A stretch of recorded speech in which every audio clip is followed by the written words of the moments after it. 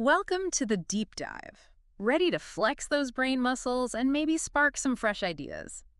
Always up for that. Today, we're really diving deep into this essay, The Need to Read. It's got this intriguing premise, makes you wonder, could the secret to better ideas be, well, reading more? It's funny, right? You'd think in the age of instant information, reading might feel kind of old school. Right. But this essay, it takes reading way beyond just like absorbing facts. It argues that reading, really reading, is like a workout for your mind, especially when it comes to writing and coming up with your own original stuff. Totally. The essay starts off strong, with this idea that we often think about writing as just getting those already formed ideas out of our heads and onto the page. Yeah, like you've got this thought bubble and you just got to translate it. Exactly. But the author, they're like, hold on a minute. What if the real magic happens while you're writing? They suggest you often discover what you really think in the process itself. Whoa, I've totally felt that. Like you start with a vague idea, but then as you write, it's like, bam, there's this whole other layer you didn't even know was there. Exactly. It's like you're unearthing these hidden pathways in your brain. Mm. And the essay argues that reading, it's essential prep for this kind of discovery. Makes you think about how we consume information these days. Like, remember that whole sci-fi concept of just downloading knowledge directly into your brain? The Matrix, anyone? Oh, totally. Like instant kung fu skills, sign me up. Right. But this essay, it brings up a really good point. Even if we could download all the information in the world, would we actually be any smarter for it? I mean, probably not, right? It'd just be like Yeah. data overload. The author uses this analogy. Imagine having a pantry full of incredible ingredients, but you have absolutely zero clue how to cook. Oof, that's me with baking. Give me all the fancy ingredients, still gonna end up with a brick. Haha.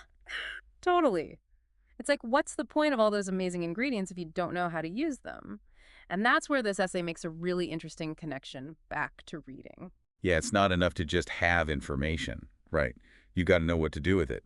And the essay suggests that by immersing ourselves in how great writers think, how they structure their arguments, how they use language, we kind of absorb those skills by osmosis. So true. It's like you might not even be consciously aware of it happening, but by reading good writing, your brain is actually picking up on those subtle techniques and approaches. And those techniques, they become part of your own writing toolkit.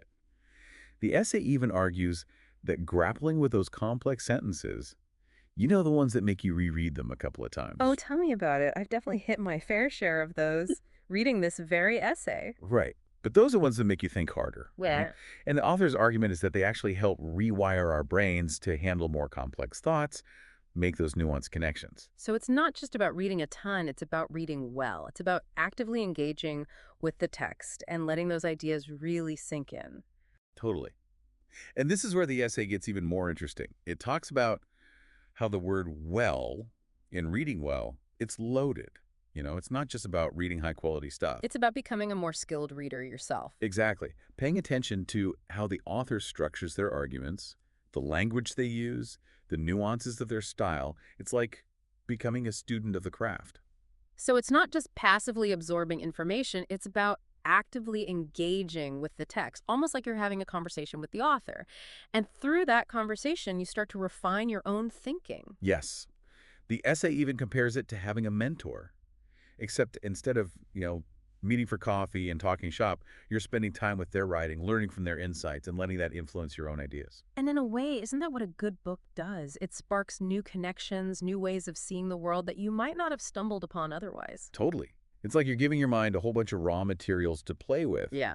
And from those materials, you can start to build something new, something entirely your own. So basically, if you're feeling stuck, if those creative juices aren't flowing, maybe the answer isn't to just sit there and stare at a blank page. Sometimes you got to step away from the keyboard and pick up a book. Exactly. It could be the key to unlocking your next big idea. And that's a pretty powerful argument for making time for reading, even when life gets busy. Totally agree. And who knows, maybe the next time you're struggling to find that spark of inspiration, the answer might just be hidden in the pages of a really good book. Definitely something to think about.